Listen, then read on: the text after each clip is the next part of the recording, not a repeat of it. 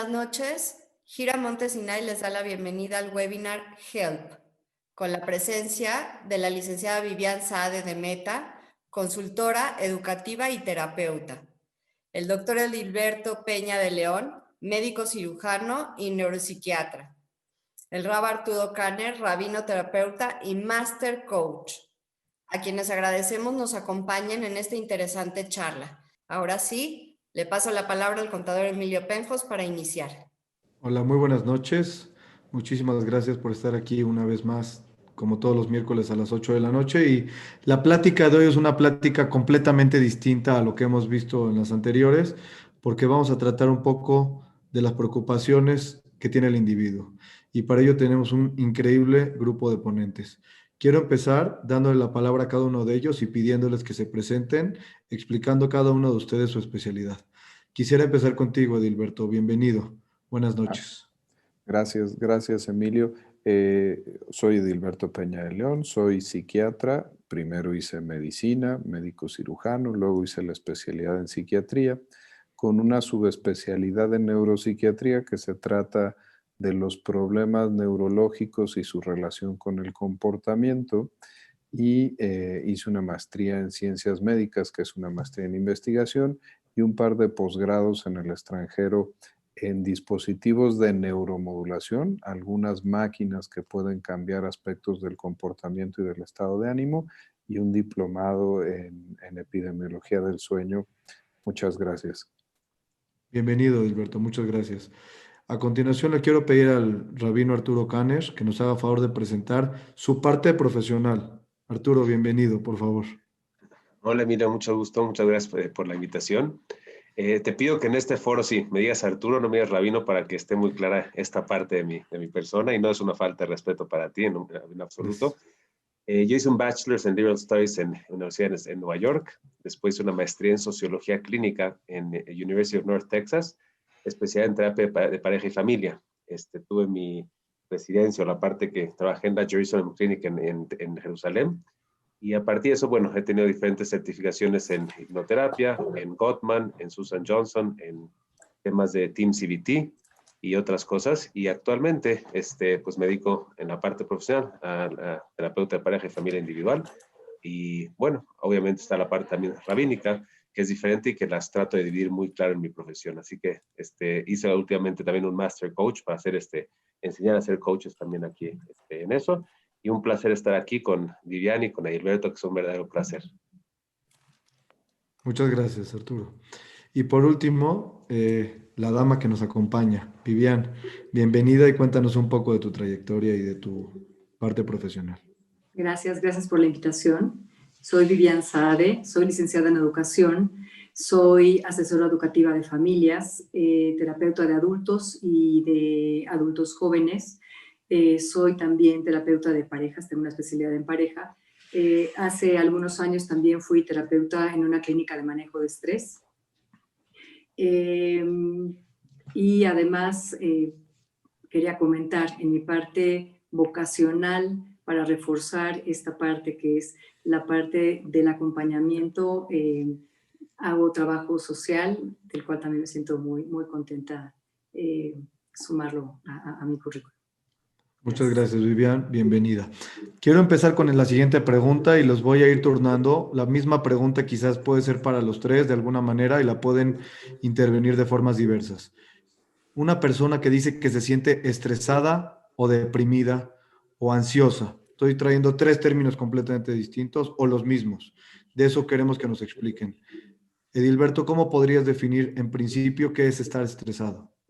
Sí, y me gusta la pregunta porque nos va a permitir plantear un escenario para todo esto. Estrés es una emoción, tristeza es una emoción, nerviosismo y ansiedad son emociones. Esos son muy normales en el ser humano, son una parte normal, evolutiva, que nos sirve para indicarnos dónde hay situaciones en las cuales estamos incómodos, y hay enfermedades que son los trastornos depresivos, los trastornos de ansiedad y algunos otros trastornos del estado de ánimo, de la cognición y de la conducta. Pero eso permite hacer la diferencia, que podemos hacer una comparación, por ejemplo, con alguien que tiene dificultad para respirar, pero no es asmático. Tú tienes un problema para respirar, es un síntoma, una enfermedad es el asma.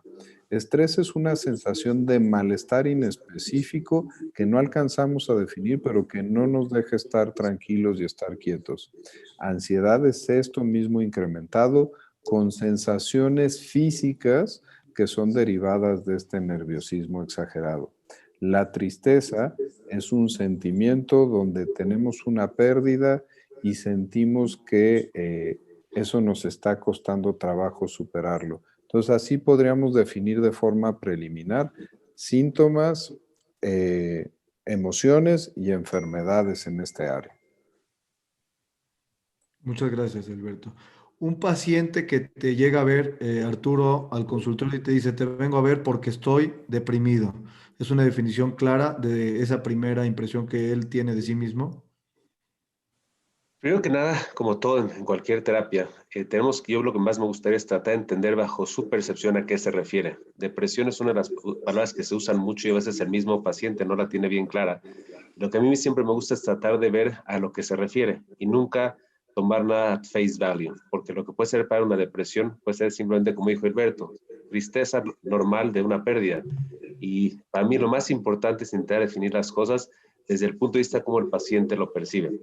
Entonces, nunca al principio tomo la palabra como la dice, porque hay muchas palabras mal definidas y lo que más me gusta es entender cuál es su experiencia más allá del término que usan.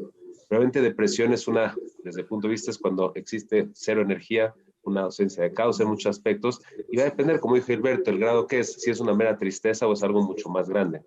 Y nada más aumentado una cosa de lo que decía Gilberto, el estrés a veces se percibe como algo negativo, pero el estrés es muchas veces lo que es la percepción de que tenemos a una cosa que está en peligro o en amenaza en nuestra vida.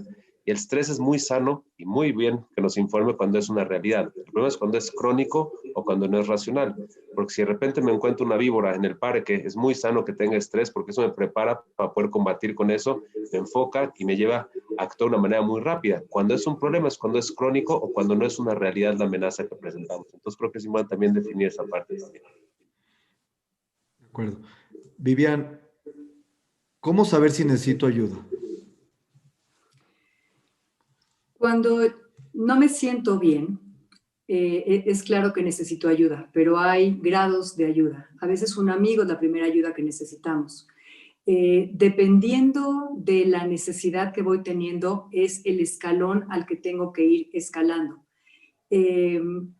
Hablar nos hace mucho bien. Cuando tenemos sensaciones como las que describía Edilberto, que son negativas o que pueden sentirse de una manera angustiosa, lo ideal es notar que las tenemos y tratar escalonadamente de atenderlas. El primer paso, como digo yo, es tratar de comunicarse con alguien que sea buena escucha, que puede ser incluso un familiar, un amigo, y tratar de ver si desahogando esa preocupación que tenemos nos sentimos mejor.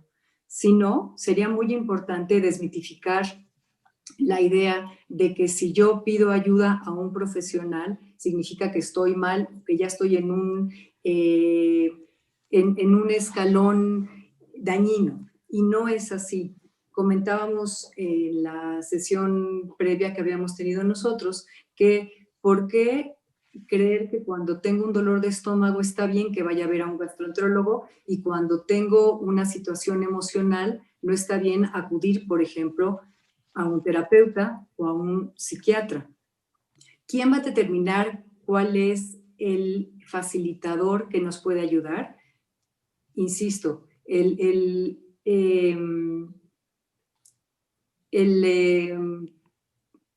como yo sugeriría que sea es primero con un consejero o con un terapeuta, y los especialistas que son los consejeros o los terapeutas o los coaches son los indicados para decirles si vale la pena hacer una valoración con un psiquiatra, y solo el psiquiatra es el que podría definir si sigue en un tamaño que se puede tratar solamente con ayuda emocional o también es necesario incluir algún fármaco? Gracias, Vivian. A ver, tengo un tema. Yo ya me hice bolas y a mí se me hace que el público puede estar en la misma situación. Voy con un coach, voy con un psiquiatra, voy con un psicólogo, voy con un terapeuta o voy con el rabino, que es el que más cerca tengo. Ya estoy muy confundido. Entonces necesito de su orientación. Yo creo que, Arturo, te voy a pedir que me des esta primera parte de poder entender cuál es el primer approach en términos profesionales que tengo que tener para poder entender en dónde estoy parado. O sea, creo que Vivian lo explicó muy bien y lo quiero recalcar. No siempre necesitamos ir con una persona profesional. Yo creo que a veces un muy buen amigo, un muy buena escucha es suficiente en ciertos momentos. ¿Cuándo es que creo que ya tienes que empezar a considerar una ayuda profesional? Primero, hay que ver si es una cosa que necesita constancia. Necesitas verlo de una manera más frecuente, porque un amigo no va a estar todas las semanas o todos los días pudiendo ayudarte muchas veces. Número dos, hay que ver si son cosas que requieren un cierto nivel de profundizar a nivel, y ahora sí, con mucho más profesional, en la emoción que está detrás, en la cognición que está detrás, y requiere ya un skill, una herramienta. Y para eso simplemente hay que ver diferentes variantes. Un coach normalmente, como dice su palabra, es una persona que está muy enfocada a que tienes un objetivo y él te da tu objetivo. Los procesos inconscientes no necesariamente se va a enfocar en quiero lograr esto y te va a echar la mano para eso. Un psicólogo o terapeuta va a estar mucho más, según su orientación, intentar ver cuáles son los procesos que te están impidiendo según el objetivo que le pones. Sí puede estar orientado, depende de la orientación, a ver lo que está impidiéndote lograrlo. Y un psiquiatra va a tener el elemento de fármaco, que es la medicina cuando es necesaria, cuando inclusive con la terapia no es suficiente. Como dijo Vivian, el psiquiatra muchas veces ya es una cuestión que un profesional, terapeuta, coach, etcétera, se da cuenta que algo se necesita mucho más y te tiene que referir a él. Entonces yo te diría que, ahora, rabino, entonces la verdad, sí te lo voy a decir la verdad, es de que hay que ver siempre cuál es el problema que el paciente o la persona quiere atender. Porque muchas veces el rabino, su objetivo y su función es representar una ética, una moralidad o una sabiduría espiritual, mas no necesariamente son las áreas que la persona es lo que está buscando. Por ende, te diría que, resumiéndolo muy fácil, es lo siguiente. Si es algo que requiere simplemente una escucha, un buen amigo. Si es algo que requiere una consistencia, pues obviamente ya tienes que usar en profesional. En base a eso tienes que pensar, ¿es un objetivo al que quiero llegar muy práctico? Puede ser un coach la persona. Si es algo que sientes que estás atorado, puede ser un terapeuta, un psicólogo, y hay que ver la orientación que quieres. Y si es algo que sabes que no estás pudiendo tener realmente la herramienta, porque sientes que estás mucho más atorado, hay que considerar un psiquiatra como una ayuda para el proceso terapéutico que vas a tener. Entonces creo que con eso, y el rabino es una persona muy importante si es que hay un elemento de moralidad, un elemento de espiritualidad o de querer de qué forma te puede ayudar la sabiduría espiritual, la Biblia, etcétera, para llegar al problema que estás haciendo. Claro que los rabinos son gente que también sabe mucho de psicología, pero hay que ver exactamente lo que pides, y el rabino a veces tiene que estar, su moralidad, su deber ser está puesto ahí. No está necesariamente en los valores que la persona le está presentando.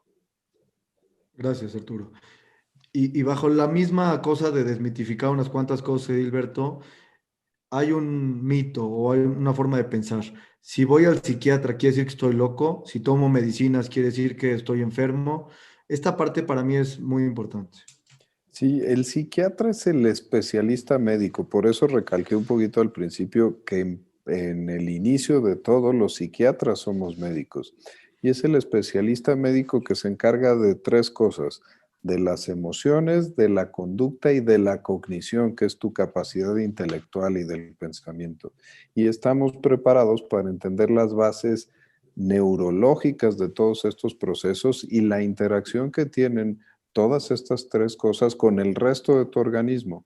Entonces, ir a un psiquiatra es ir a un médico con una queja específica como con la que vas a un gastroenterólogo, un cardiólogo, un neumólogo, donde vas y le dices, oye, yo vengo porque tengo ardor en el estómago, entonces te va a hacer unas preguntas, una historia clínica, una exploración, te puede hacer algunas escalas, te puede pedir algunos estudios, como por ejemplo el gastroenterólogo te pediría una endoscopía, llega un diagnóstico y de ese diagnóstico te da la mejor línea de tratamiento. Así es el tema en cuanto a la psiquiatría.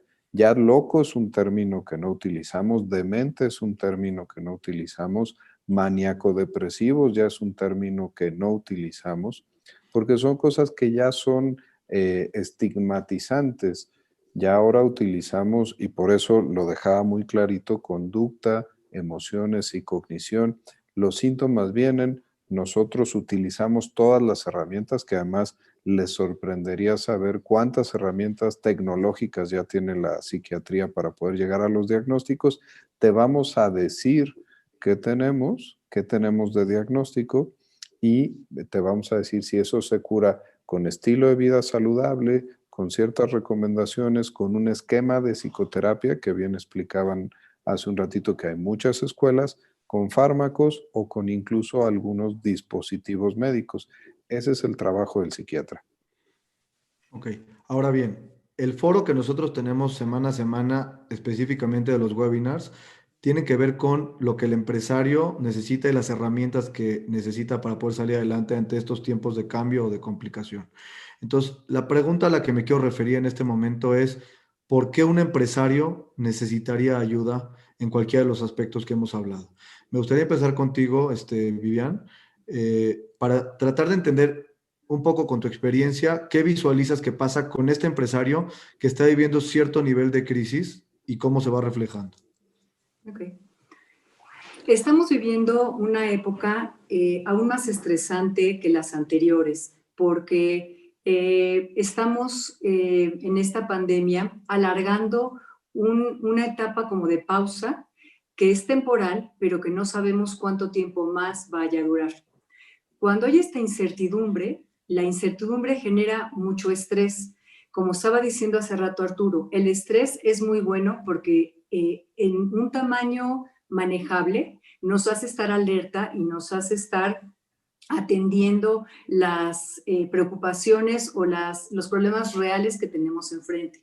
Pero cuando este estrés es muy prolongado y entonces empieza a afectar mis respuestas, mi tolerancia, y esto genera que sea más enojón en mi trabajo, en mi casa, que no pueda ser muy claro en las respuestas que generalmente, o los tiempos en los que generalmente respondo a los problemas. Eso ya es un problema, y eso es importante atenderlo cuando está en un tamaño pequeño. Hay el mito, como decía hace ratito, de que si yo voy con un especialista significa que no soy suficientemente inteligente o suficientemente capaz para resolver un problema, cuando pareciera que por otro lado los problemas grandes que tengo en mi negocio chico, mediano o grande, o en mi familia, normalmente los he podido llevar solo. Entonces, a veces alargamos el tiempo que nos tomamos en buscar ayuda profesional, por ejemplo, creyendo que yo esta vez también voy a poder solo. El problema de alargarlo es que empiezan a combinarse algunos factores que podrían agravarlo. Si en la casa estoy intolerante y entonces, además de tener, por ejemplo, problemas en el negocio, ya también tengo una zona de guerra con la pareja o con los hijos, o ya también estoy teniendo mucha fricción con mis empleados porque tuve que bajar el salario que tenían para poderlos mantener y ya los veo que están pues no tan dispuestos, y eso me genera más estrés, se hace una bola de nieve. Lo ideal sería que cuando empezamos a sentir que hay cosas que nos están rebasando porque son nuevas y porque en ese rubro especial no soy especialista, lo ideal es pedir ayuda. Y la ayuda significa que me quiero, pedir ayuda significa que me quiero, pedir ayuda significa que valoro, que quiero mantener sanas las cosas que normalmente están bien. Gracias, Vivian. Me parece que quieres acotar del mismo tema, Arturo. Sí, mira, creo que lo explicó súper bien Vivian, y creo que nada más un elemento que es importante es, en momentos como los que estamos viviendo, cualquier persona que trabaja, empresario, dueño, de las cosas que más me he dado cuenta es de que siempre es importante ver, como dije anteriormente, el estrés es una percepción de una amenaza o un peligro. Y las cosas más importantes que tenemos que valorar es si eso que está percibiendo la persona es real, es imaginario o es asociado a un pasado. Porque muchas veces puede ser que la persona esté muy agobiada y al preguntarle los hechos y preguntarle las cosas simplemente de una manera muy simple se da cuenta que está maximizando, eso ayuda muchísimo. Número dos, hay que entender que hay muchas etiquetas o percepciones que la persona puede tener cuando está haciendo difícil el negocio, como no soy exitoso, me siento culpable, si hubiera hecho. Cuando uno tiene que bajar el sueldo a los empleados, o cuando uno, desafortunadamente, un proyecto no le salió, ya sea de arquitectura o lo que sea, ¿cómo uno lidia con el fracaso? Todos esos elementos son muy importantes, sea uno jefe, es un empleado, porque al fin y al cabo el trabajo es un lugar donde una persona interactúa mucho. Por ejemplo, un empleado que tiene un jefe muy exigente y no sabe ser asertivo, entonces no se ponen límites, entonces hasta cierto punto puede ser denigrado y por tanto llega a casa de una manera muy, muy, pues tirada para abajo. Todos esos diferentes elementos, lo que un terapeuta puede ayudar, un psiquiatra, un psicólogo, etcétera, es primero que nada hacer conciencia y ayudarlo a tener las herramientas, uno, para aprender a filtrar las cosas de una manera racional. Número dos, a poder ver cuál es realmente el problema, porque muchas veces no es el jefe, no es el tema, es cómo uno lo está interpretando o lo que uno está pudiendo hacer. Una cosa, como decía Vivian, es cuántas veces no, por no saber decir no, uno puede seguir pidiendo préstamos o puede seguir no diciendo la verdad a los clientes, etcétera, y luego llega siendo una bola gigante, pero no viene por el problema, sino porque no supo decir no. Entonces, todos estos elementos, Emilio, creo que son importantísimos porque al fin y al cabo, muchas el reflejo del negocio de uno es el reflejo de lo que uno es. Y si uno en su vida personal se hace tonto, evade, no es congruente, no es honesto, no sabe vivir el presente, es muy preocupón, lo va a transmitir el negocio también. Entonces, aunque yo no sé de negocios y yo no soy la persona para que lo va a asesorar a hacer una crisis, muchas veces lo que les ayudo, y se me está muy claro, es a cómo se dan cuenta que esos errores que están haciendo no es el negocio, es el día a día, y eso les ayuda mucho a agarrar mucho más conciencia también. Gracias, Arturo. Edilberto, ¿cómo es el proceso de decidir avanzar a que lo que necesito es un medicamento? Hay un poquito miedo en en ese trámite, ¿no? Quizás ya acepté escuchar a un terapeuta, pero me da pavor pasarme a la parte de medicamento y la codependencia que tengo con este fármaco. ¿Cómo es este proceso? Sí, hay que ser claros y regresarnos tantito al tema de síntomas y de diagnóstico de una enfermedad. Si a partir de la evaluación con un coach, con un terapeuta, con un psiquiatra, ya se te hace un diagnóstico de un trastorno depresivo, un trastorno de ansiedad, que son los más frecuentes en la consulta, el siguiente paso es graduarlo. Cuando en trastornos depresivos o de ansiedad la intensidad de tu patología es leve a moderada, tú puedes salir adelante con una adecuada psicoterapia y una buena consejería o con el uso de medicamentos. Pero si tu disfunción es de moderada a severa o para arriba, ya es forzoso que utilicemos medicamentos porque lo que te está pasando del medio ambiente está enfrentando a tus defensas químicas y las está superando. Ya no te están alcanzando los neurotransmisores de los cuales depende que tú estés bien químicamente, en conducta, en emociones y en cognición. Y aunque tú pongas todo de tu parte, aunque tengas una buena psicoterapia, ya no lo vas a lograr. Mucha gente pregunta, oye, ¿y cuándo es moderado? Generalmente cuando ya no puedes funcionar en las áreas en las que trabajas en tu vida, que son pareja, familia, físicamente, social o la familiar. Si en esas no estás logrando funcionar, ya estás pasando de una evolución leve a moderada. Y específicamente en cuanto a trastornos de ansiedad, cuando ya tu cuerpo está sufriendo esa ansiedad y ya tienes colitis, presión alta, migrañas, tienes ronchas, dermatitis y estás brincando de especialista en especialista y muchos de ellos muchas veces terminan diciéndote que tienes que ir al psiquiatra. Los medicamentos se utilizan para recuperar ese desequilibrio y en la mayoría de las ocasiones son curativos. No hay un tema de dependencia a los fármacos, ese es un mito, hay que decirlo así de clarito. Es más fácil comprar un antidepresivo que comprar un antibiótico. Los antidepresivos no son controlados en su prescripción, pero así como un antibiótico te lo recetan 7 días, un antidepresivo para una depresión o un trastorno de ansiedad tiene que tomarse entre 9 y 12 meses para que te cures y ya no lo vuelvas a necesitar otra vez en la vida. Hay que seguir ahí las indicaciones para que las neuronas lo vuelvan a producir. Entonces, sirve para decir que depende de la intensidad y que no hay una adicción a medicamentos en psiquiatría. Eso no pasa. Déjame regresar nada más rapidísimo contigo, Dilberto. ¿qué significa pasar a grave? O sea, no quiero ser dramático en la pregunta, Ujú. pero sí quiero entender, por ejemplo, una persona que por la mañana no se quiere parar para ir a trabajar o una persona que no tiene la capacidad de discernir en una decisión. Por ejemplo, recuerdo la historia de un amigo que entró en una crisis y me decía que no podía escoger si tomarse un vaso de agua o una Coca-Cola. Tenía los dos al frente y no podía tomar una decisión. ¿Qué Sí. significa una situación grave en ese sentido?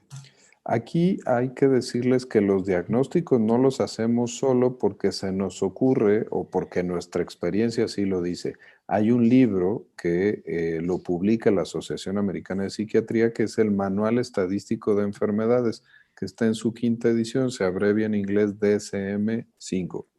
Y ahí vienen los criterios diagnósticos para depresión y para trastornos de ansiedad. En depresión, los criterios son que tú estés triste persistentemente por más de 2 semanas, que ya no disfrutes las cosas que antes disfrutabas, que tu peso cambie más del 5% de tu peso corporal en el último mes, que no puedas dormir o tengas demasiado sueño, que estés muy intranquilo, que no puedas tomar decisiones, como tu amigo, una incapacidad para la toma de decisiones, y que tu pensamiento ya se modifica de culpa, catastrófico sobre el sentido de vida o propiamente suicida. Si entendemos estos síntomas y lo llevamos a una intensidad seria en cada uno de ellos, ya estamos hablando de gravedad. Para diagnosticar depresión necesitas solo 5 de estos que te acabo de decir. Y en los trastornos de ansiedad, éramos bien claritos. La ansiedad, esta sensación tan molesta, es persistente todo el tiempo, está más allá de lo que yo puedo controlar o de lo que explica las situaciones malas del medio ambiente. Puedo tener incluso ataques de pánico, que es el 10 de calificación en cuanto a mi malestar, y los síntomas que lo definen es la sensación de que me voy a volver loco o de que no puedo controlar esto y me voy a morir y me va a dar un infarto. Si están estas situaciones en una gravedad donde incluso acabo en urgencias o voy al doctor y me dice que no tengo algo físicamente determinado ahí, ya es un diagnóstico de un trastorno de ansiedad de mucha seriedad. Entonces, con estos requisitos es bien facilito saber cuándo es un momento de intensidad suficiente para ir al psiquiatra. Gracias, Gilberto. Vivian, a veces el individuo pasa de ser su problema a empezar a tener un problema con la pareja y muchas veces con los hijos. Y creo que es una parte que es tu especialidad. ¿Qué pasa con el asunto de cómo no llevarnos estos problemas que nos genera el estrés del trabajo y de la empresa a la casa y cómo manejarlo claramente con la pareja y con la familia para poderlo controlar? Cuando nosotros solamente pensamos que existe el trabajo y la familia, ahí empieza el problema. Porque es muy difícil que las situaciones que tengas en el trabajo, por ejemplo, que son muy estresantes, mágicamente llegando a la casa se quiten y estés sonriendo y estés de buen humor. Tenemos muchas áreas nosotros o podríamos desarrollar muchas áreas cada uno de nosotros, el área social, el área familiar, el área personal, el área de trabajo. Cuando tratamos de tener un equilibrio, por lo menos en esas 4, es mucho más sencillo que los problemas que estoy teniendo en un lugar, de alguna manera, al tener triunfos en otro, vaya yo equilibrando la ansiedad o la tristeza o la preocupación que voy teniendo o en uno o en otro. Voy a poner un ejemplo muy sencillo. Si yo tengo hobbies, o si yo soy deportista, o si yo estudio o hago labor social, y entonces en esas áreas que a lo mejor me requieren un poco menos de responsabilidad o esas las manejo mejor, tengo triunfos, eso me va dando una percepción de mí de logros que pueden un poco compensar los problemas que tuve en la mañana. Y si llego yo a la casa y también tengo problemas en la casa, pero ya vine de haber corrido y cuando corrí me reté y pude hacer 1 kilómetro más o 2 kilómetros más, mi vaso ya no va a estar tan lleno y voy a soportar un poco mejor lo que tengo ahí. Ahora no se trata de sobrevivir, no se trata de soportar. Yo soy de la idea de que tenemos una sola vida y sería muy importante darnos cuenta que cada día es una oportunidad para exprimirla. Entonces, sobrevivir o irla llevándola y estar, como dije en un principio, solamente en esta esperar a que las cosas estén mejor, es ir perdiendo la oportunidad de realmente aprovechar lo que tenemos. Mi consejo es, para no llevarse las cosas a la casa, es tengamos el espacio de tener una vida personal, además de la que da el sustento, en el caso de los empresarios, para que no cargue yo toda mi necesidad de atención o de compañía en la familia, y también así permitir que la familia no sienta que tiene que ser los que no hagan ruido si yo llego y tengo problemas, o cuando los hijos están jugando y alguno de ellos grita o hace algo así, tener que entender que hay que estar en silencio porque papá viene de mal humor. Empatizar que a pesar de que los problemas que puede tener el papá o la mamá los podemos sentir como muy graves, también los hijos o también otros integrantes de la familia pueden tener días difíciles y merecerían tener el espacio para que ya sea uno o el otro llegue con más carga emocional y que los demás, digamos, no siempre me toca a mí. Hay un complemento que quizás nos pueda hacer falta, a lo mejor estoy equivocado, pero es esta parte de hacer ejercicio, de fluir en los canales de comunicación y algunas otras herramientas que seguramente forman parte de un previo a este uso de los profesionales de alguna manera. En ese sentido, Arturo, tú también recibes temas de pareja y también recibes empresarios que quizás tienen cierto nivel de desesperación y no logran comunicar de alguna manera. ¿Qué herramientas puedes dar en ese sentido para que la gente pueda superar estos momentos de estrés?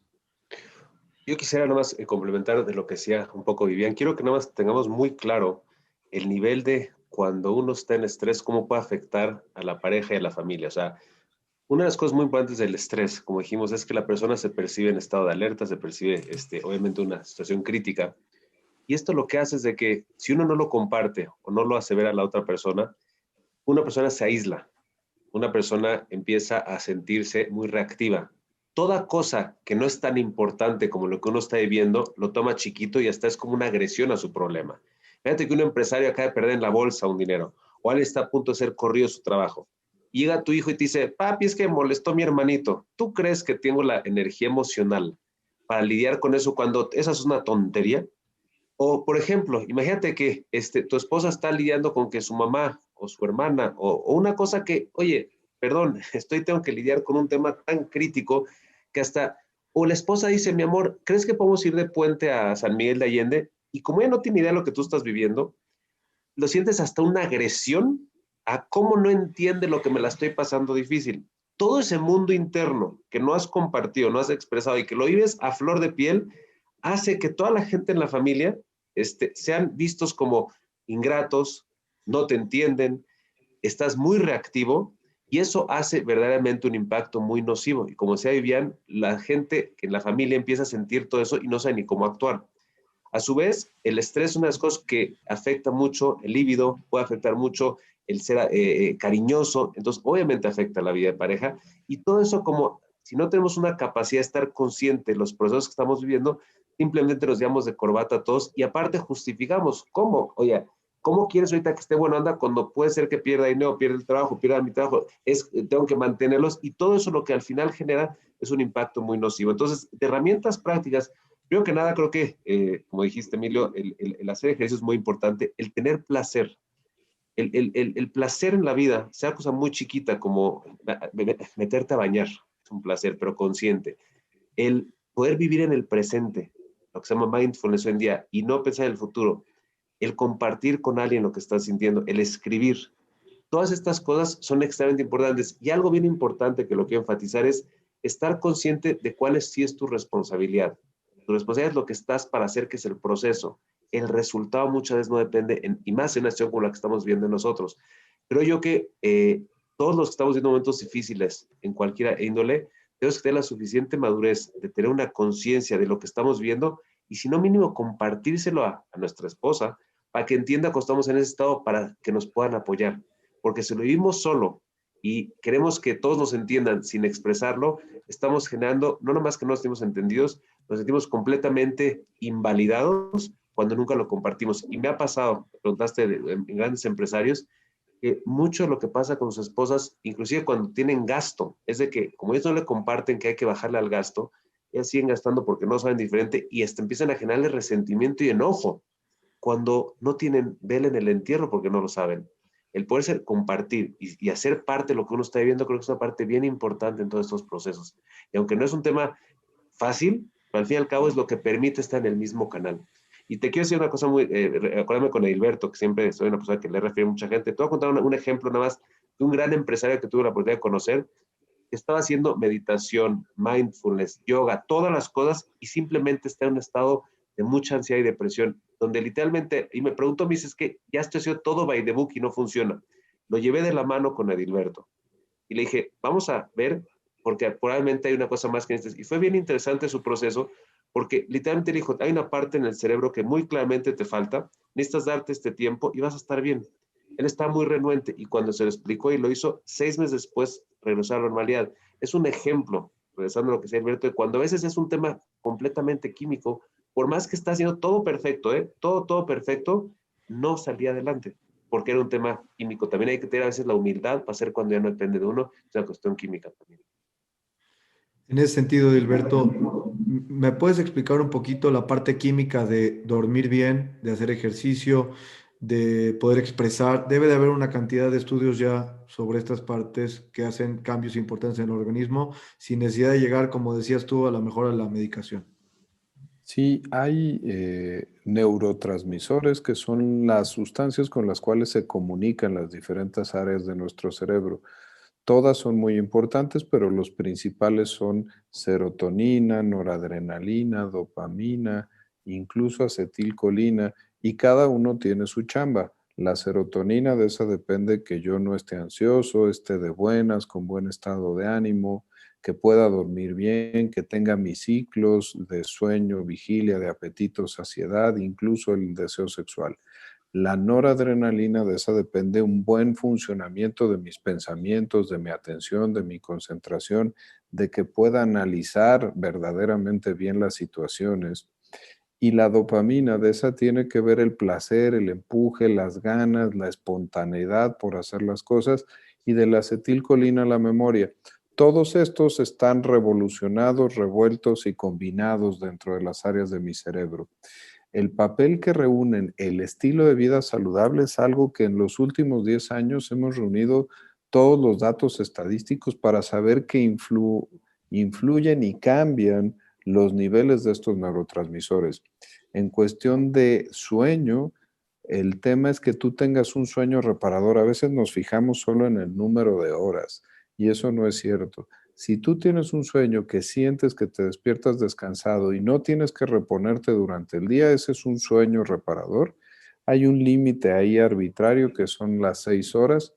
Si tú duermes menos de 6 horas por cada hora de estas que duermes cada mes por abajo de 6 horas, aumenta 0.18 tu índice de masa corporal, que es una relación entre tu peso y tu talla. Aumenta 16% tu posibilidad de infartos y aumenta 3 veces la posibilidad de Alzheimer cuando pases los 65 años.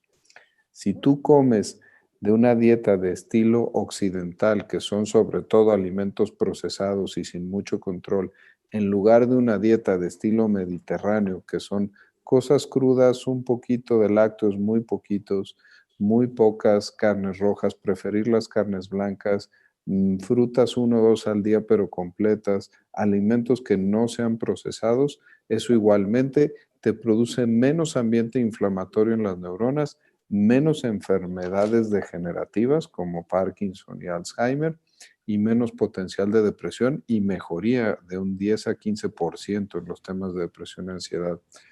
La actividad física tienes que hacerla de intensidad moderada, 45 minutos, 4 veces a la semana, y con esto modificas 20, 30, 35% los índices de depresión y de ansiedad.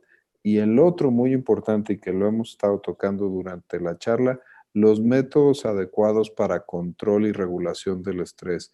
El mindfulness, la meditación, el trabajar, el estar en el aquí y en el ahora. Todas estas situaciones sumadas modifican neurotransmisores, que a veces con eso es suficiente para mejorar síntomas molestos, pero como bien apuntaba Arturo, cuando además de esto no lo estás logrando, quiere decir que el déficit bioquímico en estos neurotransmisores ya le ganó un buen estilo de vida. En conclusión, digo, si me quiero llevar rápido un mensaje es ejercicio 45 minutos al menos 4 veces por semana, un ¿Sí? sueño de al menos 6 horas y que sea lo suficientemente reparador y una alimentación equilibrada basada en alimentos no tan complejos. Y aprender a hacer manejo adecuado del estrés. Sobre todo es que tú te manejes entrenándote en el aquí y en el ahora, que eso es mindfulness. Ok. Ahora, vamos a tratar de desmitificar otro tema. Quiero hacer nada más una pequeña pausa antes del siguiente tema. Edilberto es una persona bien ocupada y como los demás, nos han hecho favor de estar, pero terminando esta sesión, él entra en otra sesión a las 9 de la noche. Entonces, voy a tratar de estar en una intervención más con Edilberto que después va a pasar, pero si alguien tuviera alguna pregunta, es el momento de ponerla y también vamos a compartir los datos de los 3 profesionales por si alguien después quisiera escribirles o agendar alguna cita o alguna reunión con ellos. Eh, Me voy a saltar tantito primero con Vivian para poder cerrar este ciclo de los 3 contigo, Dilberto, ¿sí? Vivian, hay un mito muy importante referente a la atención profesional que tiene que ver con el tiempo. Si decido que voy a buscar a alguien para que me ayude, entonces empiezo a sentir como que, de por sí no tengo tiempo y me voy a chutar no sé cuánto tiempo en el consultorio y cuántas veces y volver a ir y agendar. ¿Qué opinas de este proceso?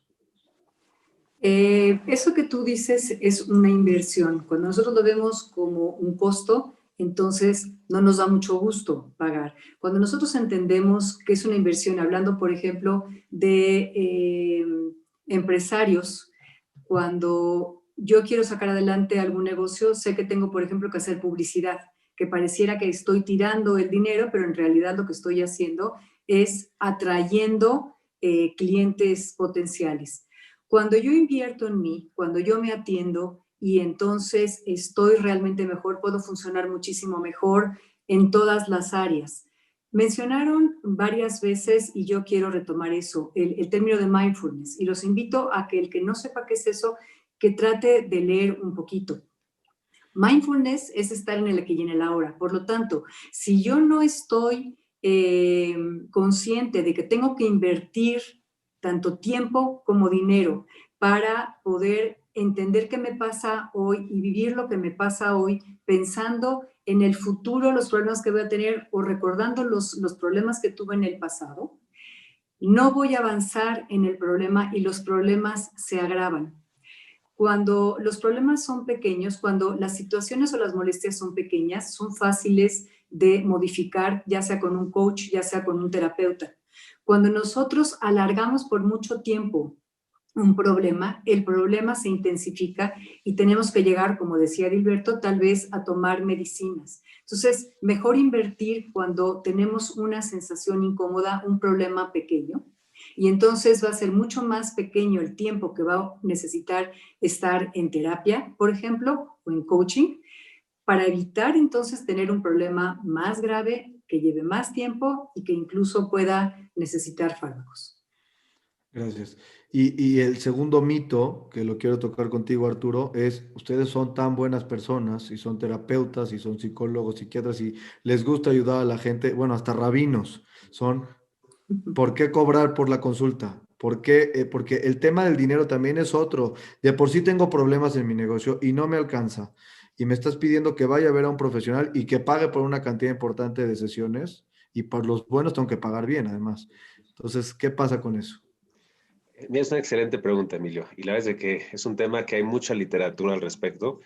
Y yo te decía una de las, hay muchas más de abordarlo, pero te decía una que es bien importante. Una de las cosas por las que, regresando a lo que sea Vivian, ¿por qué la gente se la pasa mucho tiempo en terapia? Es porque muchas veces es la forma de justificar que están haciendo algo, pero no están haciendo nada, y así justifican con la familia, estoy yendo a terapia, o si no, en su matrimonio, bueno, mínimo vengo a sesión, y aunque no funciona, una forma de enseñar el compromiso de una persona a su desarrollo es el pago. Porque cuando uno paga algo, es una manera donde uno está demostrando de una manera muy clara, dando una parte de sí, lo que está dispuesto a invertir para que las cosas sean. Mira, yo me acuerdo perfecto que hay un famoso coach, Tony Robbins, ¿ok? Tony Robbins cobra muy caro. Y una persona me dijo que le está cobrando un verdadero dineral por una asesoría de unas cuantas sesiones. Y yo nomás pensé, dije, mira, si yo tuviera que pagar eso, o sea, cada segundo de la sesión, estaría con los ojos abiertos, me tomaría 17 cafés y como tengo ya el efecto placebo de que este es el genio, me va a ayudar a desarrollarme mucho más y aprovecharlo más. El dinero es una moneda de cambio como todo en la vida, pero es una moneda de compromiso también. Yo creo que una vez alguien me preguntó que si no necesitaba ningún tipo de necesidad económica, si haría mi terapia gratuita. Y le contesté que no, precisamente por el mismo tema, porque no es un tema meramente nada más de cuestión de mantenerse como cualquier profesión. Hay un tema donde está implícito a qué nivel la persona está dispuesto a sacrificar verdaderamente una parte importante. Y entonces una cosa bien interesante. Imagínate que una persona se va al sushito, se va al suntory, según la posibilidad económica de cada uno, sin importar qué, y está dispuesto a comerse unos buenos tacos y no está dispuesto al equivalente a una sesión para su bienestar. Entonces, ¿eso qué te dice? ¿Eso qué te dice de la persona? El dinero es un muy interesante diagnóstico de a qué le damos valor y a qué le damos importancia. Y es una cosa bien interesante. Creo que todos aquí los presentes, siempre que una persona ha tenido dificultad económica, pues una parte de la profesión es ser, obviamente se puede ayudar y estamos siempre sensibles a eso, siempre y cuando hay honestidad y hay una verdadera necesidad del otro lado. Obviamente siempre hay la persona que va a querer buscar aprovecharse, pero eso ya rompe la relación terapéutica porque quiere decir entonces que yo estoy siendo buena onda y tú te quieres aprovechar de mí. Pero siempre hay que saber que dentro del proceso del costo de una sesión está un proceso de compromiso, de evaluar cuánto este tiempo vale y cuánto estoy dispuesto a verdaderamente transformarme, que es una de las importantes reflexiones a tener. Gracias, gracias Arturo. Edilberto, me quiero referir contigo a esta que es para ti, la última pregunta, que hay gente que queda conectada con el terapeuta por una cantidad importante de tiempo y por una relación importante, ya económica inclusive, con el terapeuta y tiene que decidir cuándo es momento de desenganchar y de decir, ya debes de vivir esa vida que ya debes de haber podido lograr tú solo, número uno. Número dos, pedirte con el mismo cierre de esa pregunta que nos hagas favor de hacer tu cierre y dejarnos como consejos muy puntuales que le harías a la gente que tiene negocios o que tiene un empleo o que tiene dificultad en el empleo respecto al tipo de cosas que debería hacer para poder estar equilibrado y poder tomar mejores decisiones al frente de su trabajo. Sí, me voy a tomar la primera por el lado de la psiquiatría y ahí me voy a referir incluso a patologías agudas, como puede ser un trastorno por ataques de pánico, que como mencionaba, con un buen tratamiento vamos a darte de alta en 9 a 12 meses y después te voy a dar de alta y te vas a ir. Las primeras veces a lo mejor vendrás a una consulta cada 2 semanas, luego al mes, luego cada 3 meses y finalmente te irás de alta. Pero ojo, hay patologías crónicas y estas son cuando ya mi cerebro ya no está produciendo los neurotransmisores a pesar de los esfuerzos de tratamiento. Después de la tercera depresión, del tercer episodio en mi vida de tener ataques de pánico, de tener trastorno bipolar, de tener esquizofrenia, esos son trastornos crónicos donde el cerebro ya no se recupera, pero lo podemos poner funcionando bien y perfecto, que es lo mismo que alguien que tiene diabetes, hipertensión, que tiene enfermedad de POC, de pulmonar obstructiva crónica, que no pueden recuperarse, pero que pueden estar muy bien. Ellos tienen que ir al doctor y tomar su tratamiento de forma crónica. Ahí dejaré un poquito para Vivian y para Arturo el tema de cómo desengancharse ahí con los terapeutas cuando se tiene esa sensación. En cuanto al psiquiatra, es un tema enteramente médico. Y en cuanto a los consejos, me voy a tomar una banderita que seguro conocen los empresarios, que es la de la norma oficial 035, que es la del estrés laboral y medirla en sus empresas, con la cual yo estuve involucrado en hacer la iniciativa de ley, donde las estadísticas de la OMS son bien claritas. Por cada dólar que tú inviertes en la salud mental de tu empresa gana 4. 1 de cada 5 de tus empleados tiene una patología de salud mental. El presentismo, que es estar en el trabajo, pero estar enfermo y no estar funcionando bien, eso afecta 60% las ganancias de tu empresa.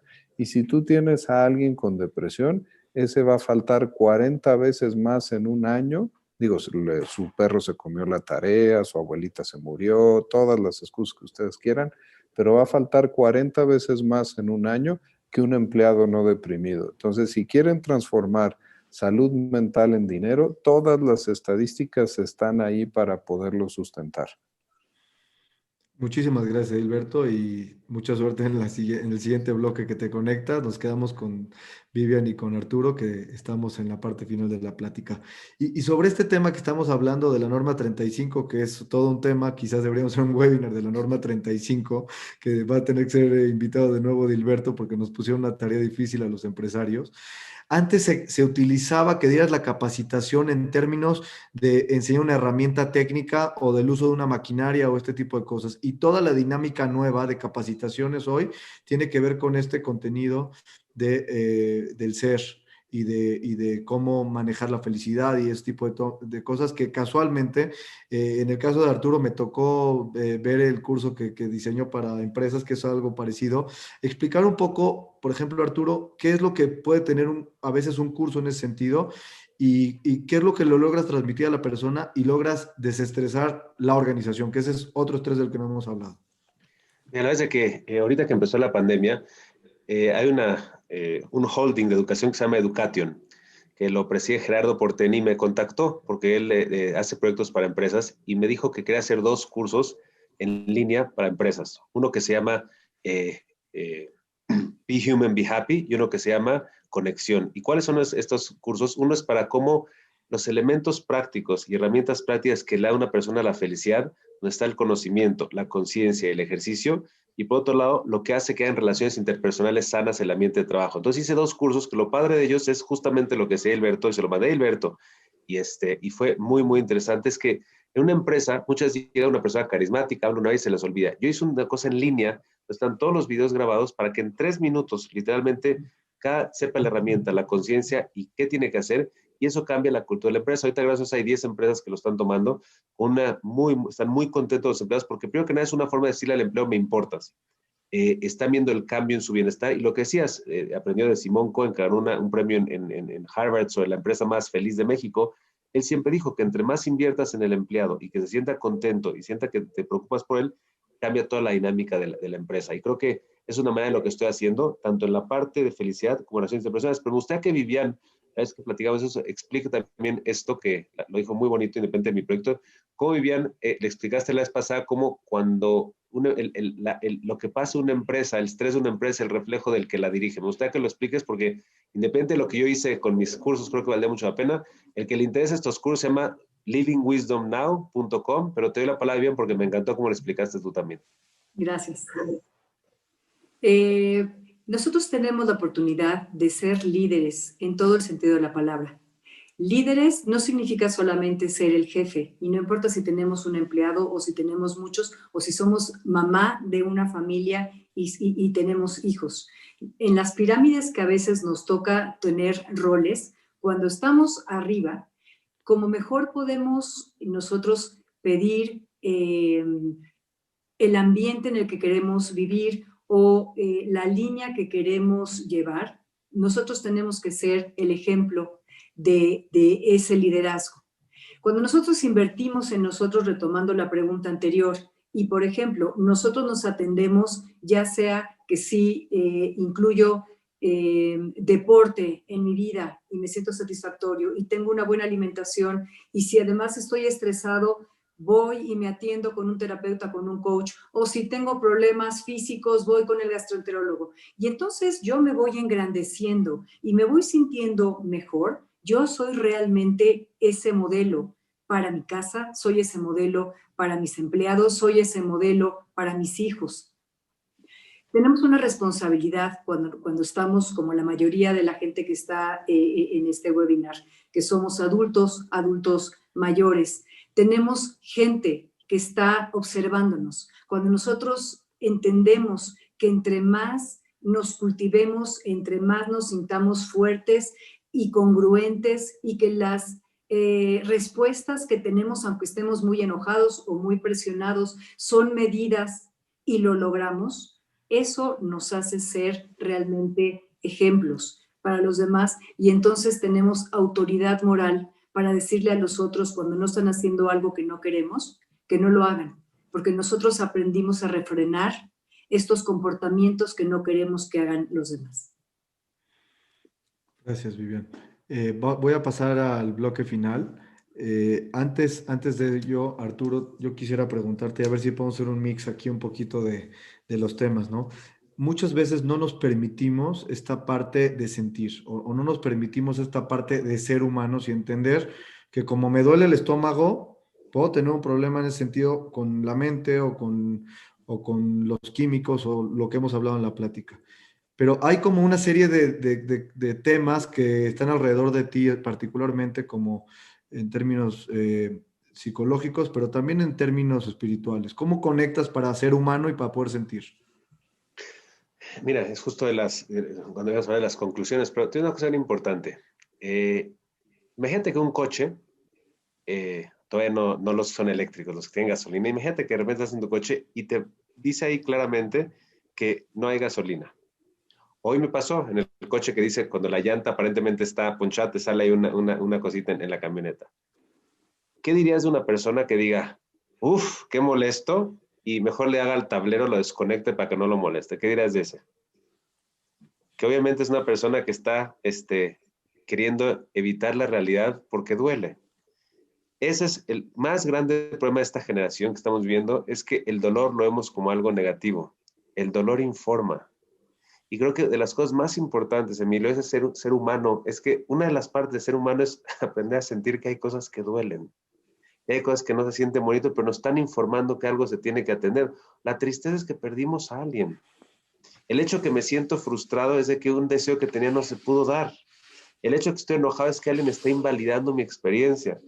El hecho que estoy feliz es que unas cosas están dando como quisiera. Entonces creo que tristemente a veces, inclusive ahora sí tomando la parte espiritual, a veces es muy doloroso que el pensar que una persona tiene una emoción de envidia, cree que eso ya lo hace una persona no espiritual. No, siempre los sabios del judaísmo han dicho, el hecho que tengas esta emoción y con esa conciencia está perfecto, ahora hay que trabajarla.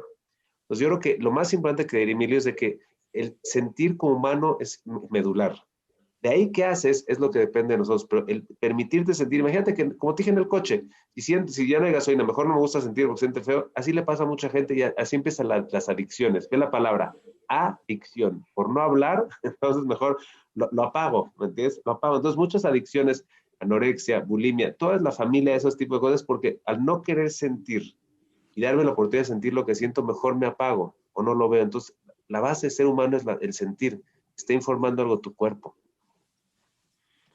Gracias, Arturo. Prepárate para el cierre. No te voy a robar, no te voy a robar los puntos. Y Vivian, en ese sentido, hay otro efecto que es, bueno, ya decidí que voy a ir a la terapia, ya me senté con la terapeuta, ya fuimos de pareja a consultar a alguien más, ya inclusive alguien toma la medicina y se hace la pregunta diciendo, ¿yo qué estoy haciendo aquí? A lo mejor no es mi lugar, estoy equivocado, a lo mejor quiero salir corriendo, que es como un síndrome, yo siento, no sé. Pero, ¿qué haces ante esas personas que se invalidan su sentimiento?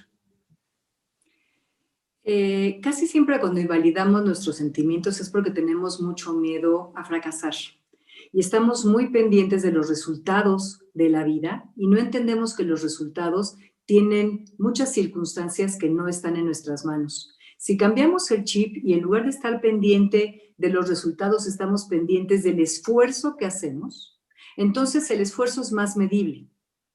Y si yo estoy en la terapia y siento que me están confrontando mucho, pero estás con un buen terapeuta que nota eso y lo que te hace es que te des cuenta que los resultados a los que quieres llegar muchas veces son las metas a largo plazo. Pero ¿qué pasa con las metas a corto y a mediano plazo?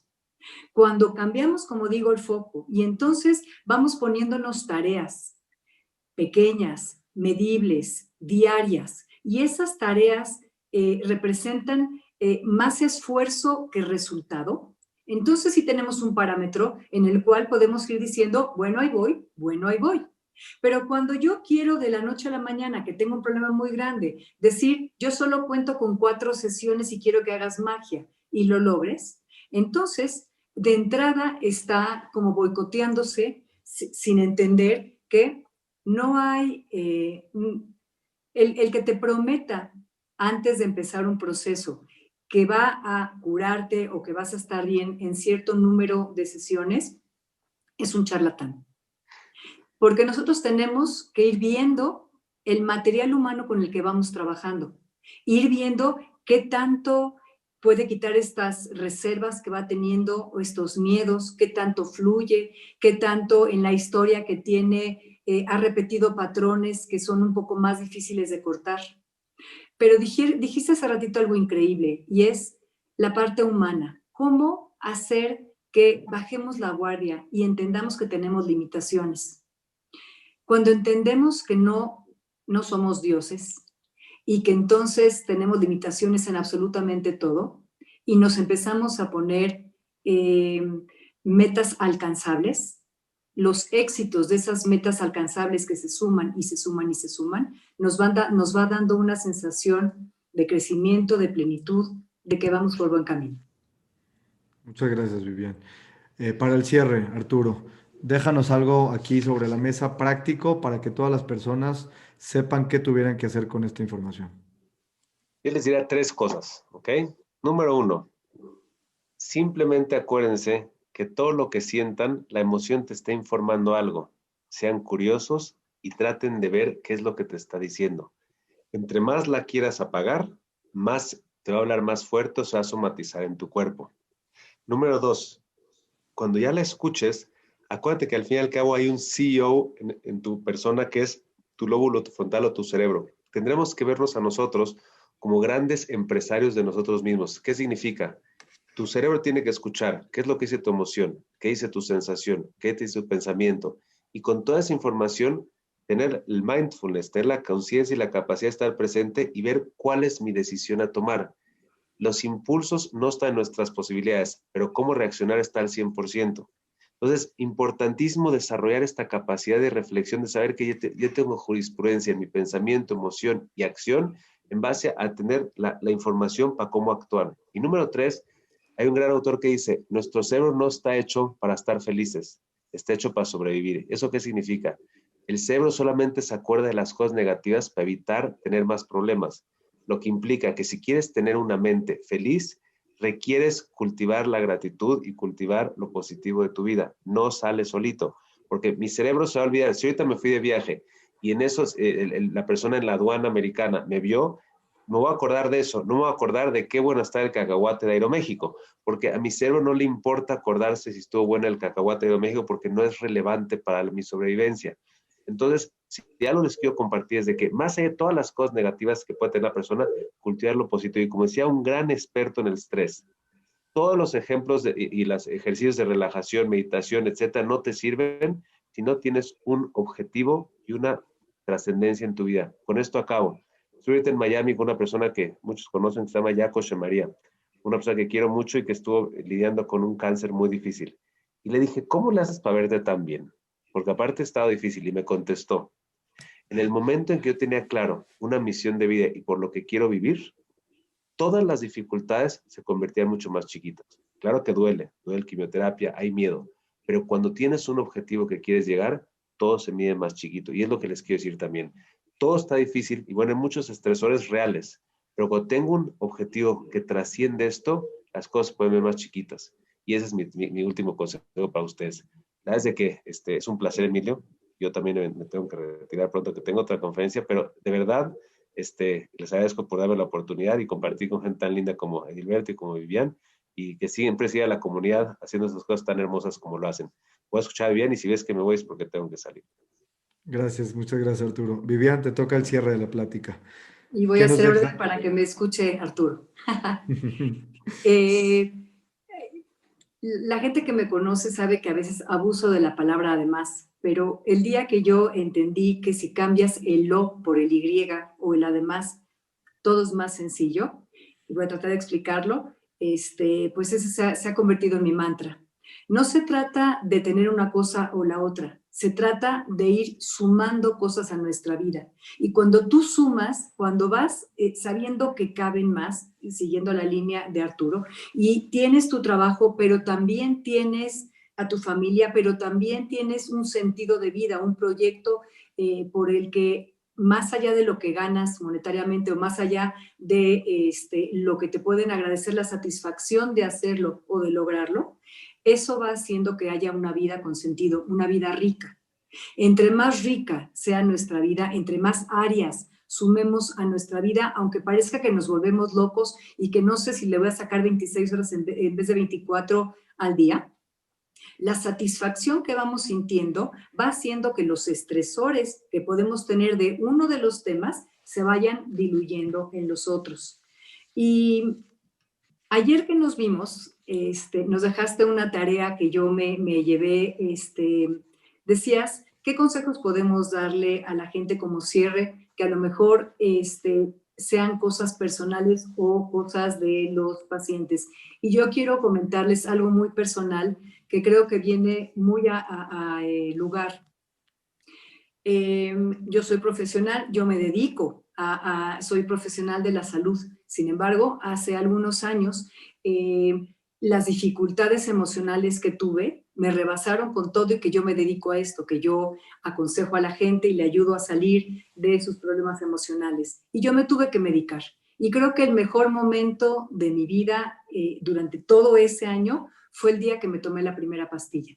Porque entonces acepté que soy humana, acepté que todos tenemos momentos en la vida en la que tenemos situaciones que nos pueden rebasar y que por eso hablaba en un principio de los escalones, que a lo mejor al principio solo necesito el oído de un amigo, que a lo mejor solo necesito un coach o un terapeuta, pero también hay momentos en los que necesitamos de un psiquiatra y eso no nos hace ni más ni menos, no somos más débiles porque vamos con cualquier tipo de profesional. Eso nos recuerda, y especialmente se lo digo a la gente que tiene muchas responsabilidades, ya que estos webinars son planeados para empresarios, no está peleado pues, con ser un líder, con ser un empresario, tener problemas o tener incluso problemas que hoy siento que me rebasan. Gracias a Dios vivimos en sociedad y cada uno somos especialista en algo. No tengamos miedo a ir con los especialistas como a veces los otros van con nosotros. Y bueno, también agradecer, realmente compartir con Arturo, que lo admiro desde hace muchos años, y Edilberto, es una gran oportunidad. Gracias, Montesinaí Gira. Muchísimas gracias, creo que ha sido una plática fantástica, hay herramientas muy prácticas, digo, una terapia que no nos costó a todos los que lo escuchamos, así es que aprovechemos y reenviemos el video, pero ha sido una plática sorprendente, les agradezco a todos los ponentes, creo que damos herramientas suficientes para salir adelante y desmitificar el asunto, ¿no? Pedir ayuda en muchos sentidos, por donde haga falta y con quien haga falta, hay que saber tocar la puerta adecuada. Les quiero agradecer a todos mis ponentes y muchas gracias a Gira Montesinaí por hacer posible estos webinars que han sido tan buenos para toda la gente. Muchas gracias y muy buenas noches.